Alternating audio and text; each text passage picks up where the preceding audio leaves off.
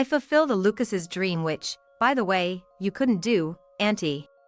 She said, flaunting her newborn baby to me. Seeing me struggle for words, Emma smiled smugly. Our baby looks cute like Emma, doesn't she? She's probably gonna be a model or actress someday, said Lucas, my betraying husband, piling on. Guess it's time to head back.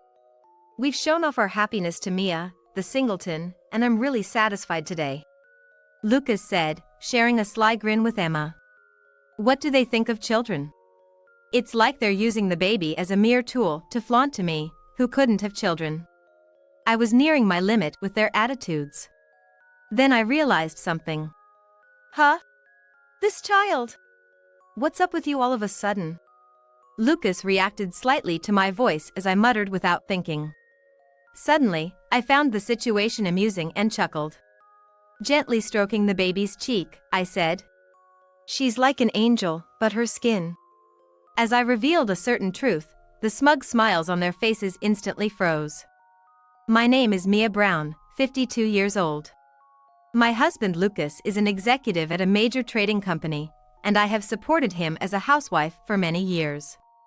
Lucas sometimes brings his subordinates home to enjoy my home cooking. Mostly, he boasts about his younger days. The subordinates Lucas brought over would say, "Wow, that's impressive," and politely chuckle through his long stories. When they praised my cooking as delicious, Lucas would smirk and say, "Well, that's about the only talent she has, and she should be grateful to be fed by a high earner like me, otherwise, she's just a burden," belittling me in front of them. I'd be lying if I said it didn't bother me, but I've always told myself I'm not in a position to argue. We've been married for almost 30 years, yet we don't have children. I always dreamed of having at least 2 kids after getting married, and we spent time and money on fertility treatments, but we weren't blessed with children. I felt a sense of guilt for not being able to bear children. So, no matter how insensitive Lucas's comments were, I'd just smile and think, I can endure this much. Besides, when Lucas talked about work, his eyes sparkled like a boy's, and I was happy to be a part of his strength. After all, I'm in love with Lucas. Besides cooking, I had another talent. Sewing, a hobby I've had since my student days. I started by imitating my mother sewing dolls by hand, and they became quite popular among my friends. Utilizing that skill, I started making stuffed toys and charm bags, hoping to help out with the household finances, even just a little. It might not amount to much compared to my high-earning husband's income. Still, I continued this modest side job, driven by the desire to at least feed Lucas something delicious. On weekends, our niece Emma often comes to stay at our apartment. Emma is the only daughter of my sister, Nora, and works in administration at a small trading company. There was a reason she came to stay over. It was to support an up-and-coming idol group. You know, Mateo was on TV for a bit the other day. Man, he was so cool. Emma arrived fanning herself with a fan that had a young man's photo on it. This young man, Mateo, was the leader of the idol group on her fan. Their group holds regular performances at a club near our apartment every weekend, and that's why she stays over to match their schedule. Emma, you've got even more merchandise recently, haven't you? Each time Emma visited, the pile of her belongings in our room grew. Well, when new merchandise comes out, I just gotta have it. And Mateo is the most popular, so everything sells out as soon as it's released. I absolutely have to get it. I could only smile wryly at my niece's excitement before a performance. Indeed, buying merchandise of your favorite idol is a joy for a fan, and I used to collect records of my favorite singers, so I understand the feeling. However, I wondered if it was necessary to bring all these purchased goods to our house. Isn't it hard to carry all that around? It's fine. I store the merchandise I buy here. Emma nonchalantly placed her belongings in a corner of our bedroom. It's just me and my husband living here, so it's not that spacious. Oh, come on. It's fine. Uncle Lucas just comes home to sleep anyway. I had no choice but to accept my niece's whims. Oh, and this, I forgot. My mom gave it to me to bring. Saying this, Emma took out a package of premium tea leaves from her bag. My sister's family occasionally sends gifts when Emma stays with us, and she always brings something like this every time. You really don't have to go to all this trouble. After graduating high school, Nora worked out of state until she was 30. Then, she took over the family's gift shop, and Charles, who had been working there as an employee, joined the family as a son-in-law. Ever since a big shopping mall opened nearby, our business has really taken a hit. I always tell them they don't need to bother with gifts. I'm sorry for all the trouble Emma's causing. My sister kept apologizing over the phone, saying, I'm sorry for all the trouble Emma's causing, with a tone of regret. But Emma herself has been pushing the limits lately. She started entering our room even when me and my husband weren't home. It turns out, Lucas had given her a spare key. She comes over every week, so it's just more convenient for her to have a key, right? Lucas said, always too lenient with Emma. You're the best, Uncle Lucas. You totally get it. Saying that, Emma hugged Lucas's arm, and Lucas relaxed his facial muscles with a pleased grin. Well, can't help it, I guess. At first, I tried to be as accommodating as possible. But then, one day, about 3 months later, an envelope with cash that should have been in my bedroom drawer was missing. When I asked Emma about it later, she replied without any remorse, Sorry, Auntie. I borrowed it. I just had to have Mateo's new merchandise. Emma looked at me with a pleading face, but she's working and should be earning enough to live comfortably. She's making a decent income, enough not to struggle with living expenses. Wouldn't it be more satisfying to buy things with money you earned yourself? Of course, I'd love to buy with my own salary. But it's just not enough. She said casually, which really worried me. How much money was she pouring into collecting her idol's merchandise? And it wasn't just about the money. Recently, my skincare products like lotions and creams have been disappearing rapidly. Lucas has never been one to care about skincare, so it had to be Emma. When I confronted her, Emma casually admitted to her wrongdoing. Sorry, Auntie. I just thought I'd use it since it was there. What does she mean since it was there? That cream was quite expensive, you know. As I frowned, Emma mockingly shivered and rubbed her arms. Auntie, you're scary. Then Lucas came over and stood next to Emma, laughing with her at me. It's no big deal, he said. Don't laugh, Lucas. You should be telling her off. Don't get mad. You look older when you frown like that, he joked. Lucas usually doesn't joke much, but for some reason, he becomes more talkative when Emma is around. I found this particularly unpleasant and couldn't help feeling upset about it. Anyway, I don't want you using things in our house without asking anymore. Emma, you have a job. Buy your own stuff. If you use my things without permission again, I won't let you stay over anymore. I'll tell your mom the same. When I scolded Emma, Lucas, with a flushed face, said this. Get real. The things you're using, you didn't earn them, did you? I earned everything with my job. I'm not living in luxury. I've been cutting back, just making do. I'm not using it for fun like Emma. It's my money I earned. If I say it's okay for Emma to use it, then let her use it freely. Being yelled at by Lucas made me feel like crying. Indeed, most of our income was earned by him, so I couldn't argue further. Feeling unsupported and lonely, I scrolled through my phone to my sister's contact, but thought, no, I can't rely on her for something so trivial.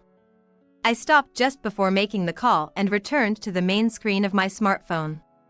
My sister and her husband must be preoccupied with their struggling gift shop sales. Complaining about my husband at such a time would only add unnecessary worry to them. Marital issues should be solved between us. Unable to confide in anyone, I carried my unsettled feelings day by day. On a particularly cold Sunday morning in winter, a friend from my student days had invited me to go shopping.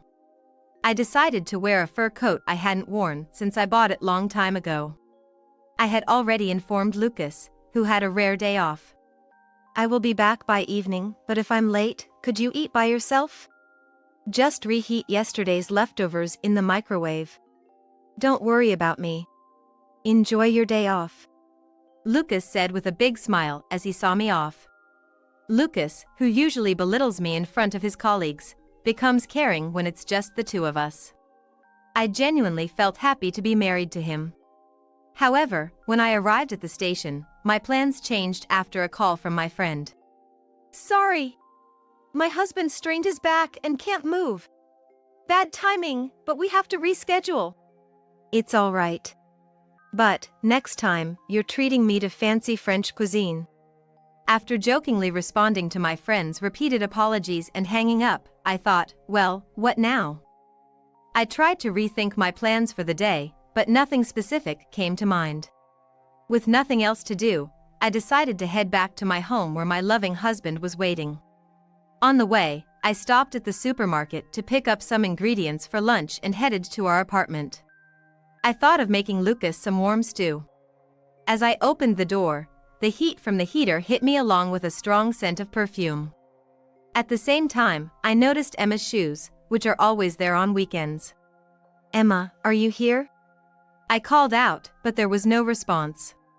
I headed to the living room, but it was empty. Strange, where could they both be? It seemed like they hadn't gone out since I could feel someone's presence. I stored the groceries in the fridge and decided to look around the apartment again. From the bedroom, I could hear Lucas's snoring. Was he taking a nap this early in the day? I didn't know much about Lucas's job, but being a vice president, I assumed his weekdays were probably tough.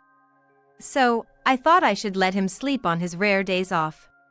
However, when I opened the door to see Lucas's face, an unbelievable scene before my eyes made me doubt what I was seeing. On the bed, where Lucas and I usually slept, lay Lucas and Emma, both naked and sleeping side by side. They were both breathing deeply in sleep, completely unaware of my return. Oh, you. I called out in a barely audible voice. The feeling of disappointment in my husband was stronger than my anger. After calling him several times, Lucas finally opened his heavy eyelids. Is that you, Mia? You're back earlier than I expected. He said, half asleep, and closed his eyes again. Welcome back, Emma. Emma slowly stretched and sat up, murmuring sleepily. As Emma became aware of my presence, she shook Lucas's body next to her. Uncle Lucas, wake up. We've been caught. Wake up. Her voice was playful, like a child who got caught while playing hide and seek, as she spoke to Lucas with a mischievous smile. Lucas, looking annoyed, sat up and said, "What, we've been caught already," and sighed wearily before yawning casually. What do you mean? The reality of being betrayed by the one I had always trusted left me unable to even express my anger. What do you mean, what? It's just as you see. We're in that kind of relationship. Both of you, get dressed right now. I said with a calmness that surprised even myself, directing the two naked individuals. 2 hours later, my in-laws and my sister's family came at my request. Sorry, sis, brother-in-law, to bother you when you're busy. Don't worry about us. More importantly, my sister consoled me by rubbing my back and then turned a cold glare towards Lucas and Emma. What is the meaning of this? Explain it so we can understand. My sister scolded Emma, but Emma just avoided eye contact and kept sighing. She was checking the latest updates of her idol group on her phone. This is not the situation for that, my sister said, snatching the phone away, and Emma clicked her tongue in annoyance. Mia, I'm so sorry for our foolish son's outrageous behavior, my mother-in-law Grace said, tears in her eyes, bowing to me. My in-laws are both over 80, and it must have been hard for them to come here in the cold. Was it really necessary to bother these old folks? Lucas said irritably. Matthew, my father-in-law, slammed his hand on the table. Don't you have any sense of responsibility? Exactly. Such a terrible betrayal to Mia. I can't believe you, Grace said in a dismayed voice. Grace said in a dismayed voice, glaring at Lucas. Lucas, how could this happen? You better have a great explanation to this. What's there to explain? Any man would prefer a young and pretty girl like Emma over an old lady like her. Don't lump me in with you. I'm ashamed to be the same gender as you. Matthew shouted in anger, showing no signs of remorse from Lucas. And Emma, you too. How could you make Mia, who has always been so kind to you, so sad? Where did we go wrong in raising you? Charles, my usually quiet brother-in-law, sighed in disappointment. Then, defiantly, Emma said, "Actually, it wasn't Aunt Mia who took care of me, it was Uncle Lucas. He bought me anything I wanted, you know.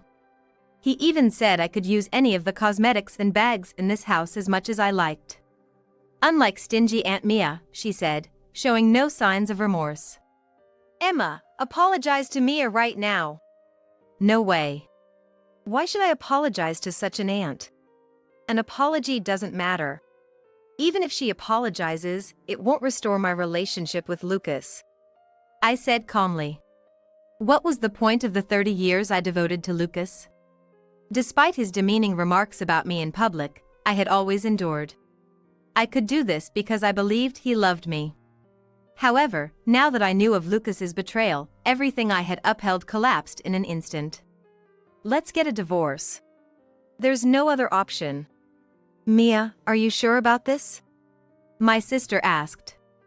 I nodded firmly in response. Oh, thank you, Mia. Now we can get married openly. Lucas said, pulling Emma closer.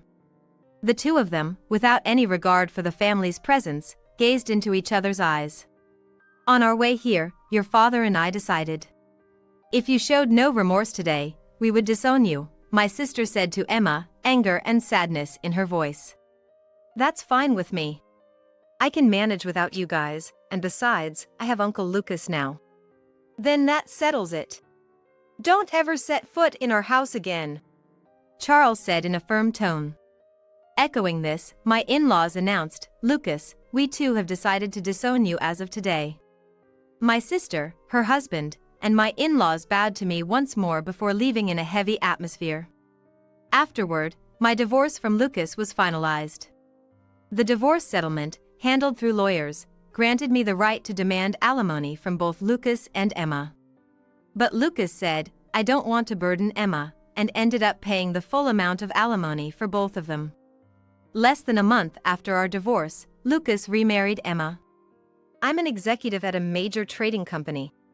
I have plenty of financial leeway. You can have all our shared property since you're jobless, Lucas said, renouncing his share of our property out of pride. In addition to that, he had to pay alimony for both himself and Emma, which seemed to be putting him in a tough financial situation. But that was no longer my concern, so I decided to move forward without worrying about Lucas. I moved back to my parents' home and began helping out at the gift shop run by my sister and her husband. Both my elderly parents were in a care facility.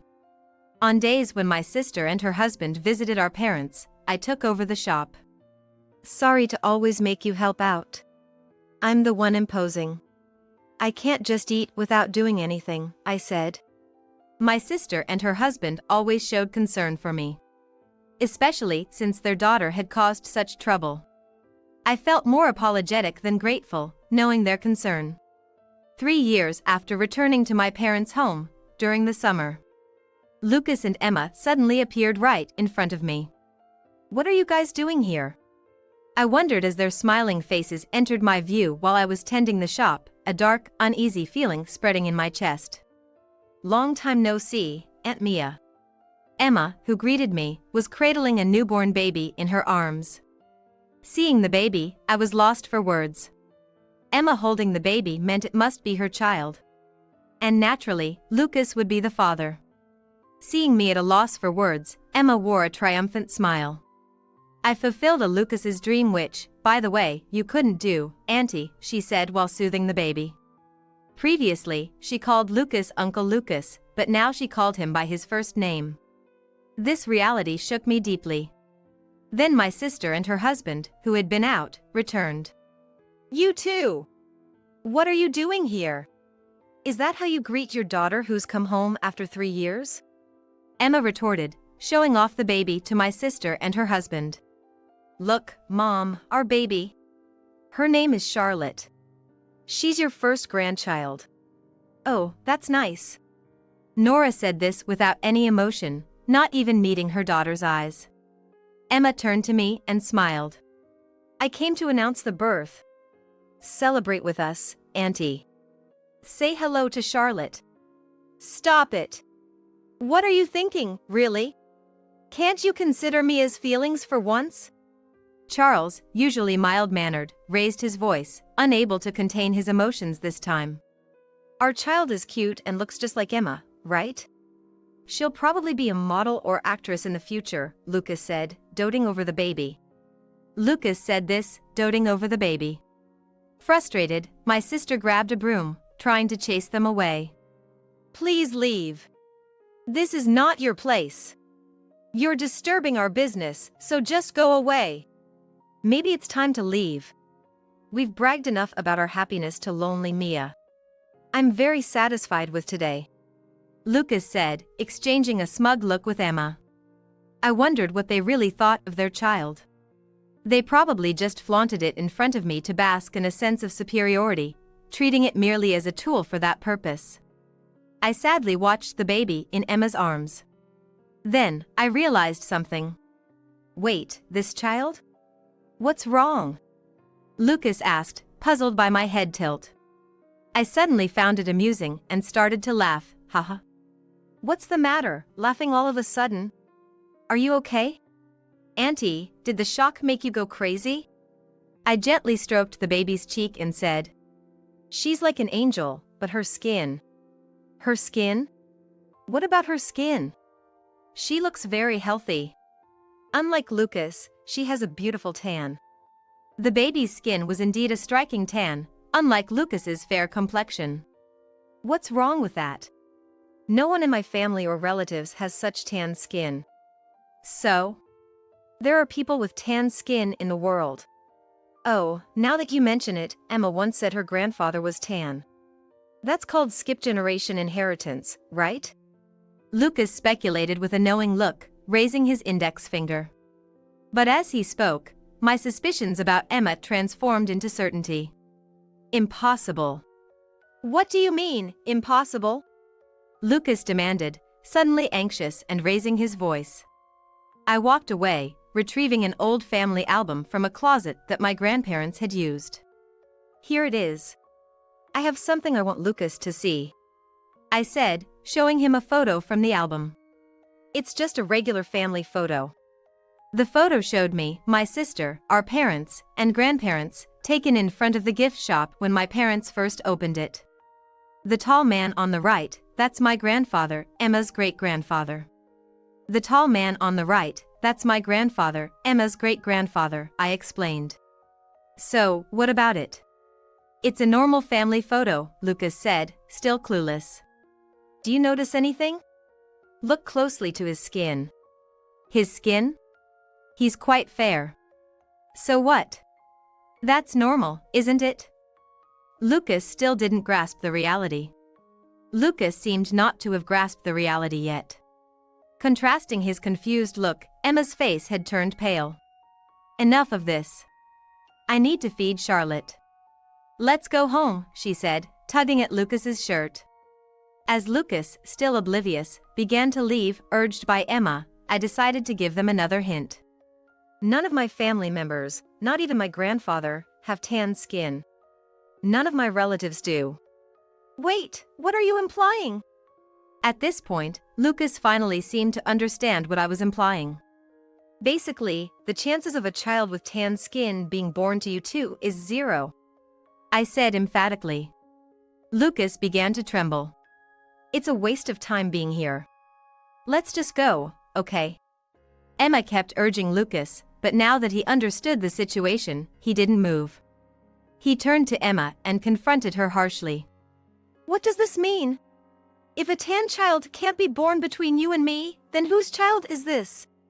I have something else I want you to see, I said, snatching a keychain with Mateo's photo, which Emma always carried, and showing it to Lucas. Mateo was a well-known half-Japanese, half-Southeast Asian idol, as he publicly stated in his profile. Emma had always praised Mateo's unique looks as so cool. "This kid. She has exactly the same skin color as Mateo." Emma initially looked frightened but then defiantly laughed. "Ah well, the cat's out of the bag." "Exactly. Charlotte isn't your child. She's mine and Mateo's," she admitted. "When I flirted a bit, he immediately fell for me." Emma boasted about her relationship with Mateo. "You've been cheating on me? Like, seriously, did you really think a young and cute girl like me would be attracted to an uncle like you? That's so hilarious. How naive can you be? I approached you just because you're an executive at a good company and seemed rich. Having lots of money meant I could buy more of Mateo's merchandise. By buying lots and giving him gifts, I could have him all to myself. So I was just an ATM to you." Lucas realized angrily. "Of course. I've been putting up with this for the money. Who would share a bed with an uncle like you otherwise? I've let you dream for 3 years. You should be thanking me." "What?" In front of my sister and me, who were taken aback, Emma and Lucas started arguing. "Both of you, stop it. The baby is crying. Can't you hear her cries?" my sister yelled, stopping their quarrel. "I don't want to see this disgraceful behavior any longer. You two are nothing to us, just strangers. Just go away." Chased away by my sister, Emma and Lucas left. Poor Charlotte. I frankly thought so. 2 months passed, and then one day, Lucas came to see me alone this time. Suddenly, he knelt down in front of the store and, without any shame, begged me, "Please, Mia, let's start over." We had a DNA test, which confirmed there was no blood relation between me and Charlotte, meaning I had been deceived. Oh, really? So? I just couldn't forgive Emma and Mateo for conspiring against me, tricking me into believing I was the father of a child that wasn't mine.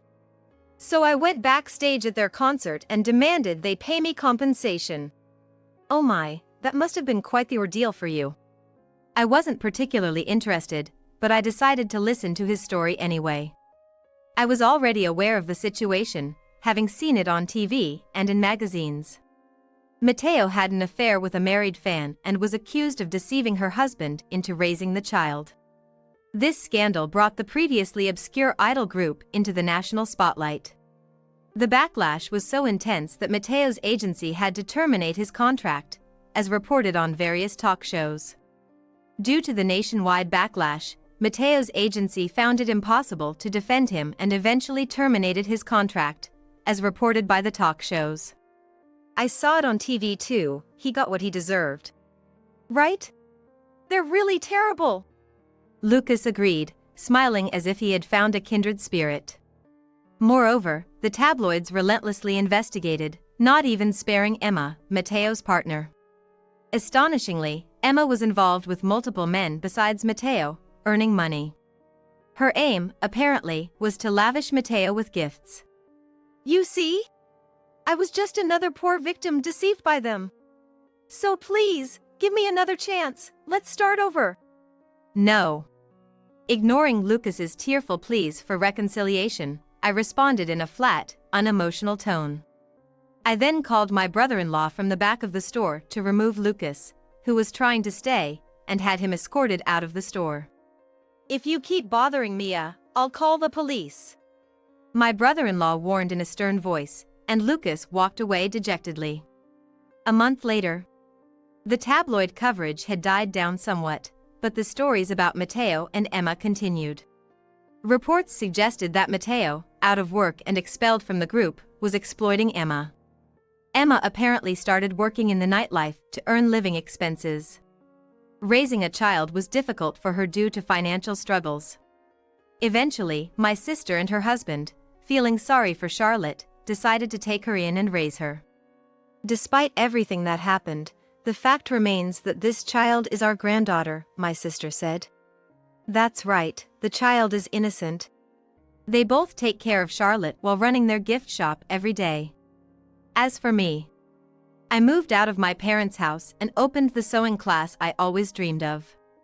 I couldn't always rely on my sister and her husband. Although Nora told me I could stay as long as I needed, I had my own aspirations. When I told her about my plans, she gave me a strong supportive push forward. Charlotte's first birthday is coming up soon. What should I get her for a present? Half wanting to see Charlotte and half wanting to see my sister and her husband, I still find time to visit their gift shop occasionally.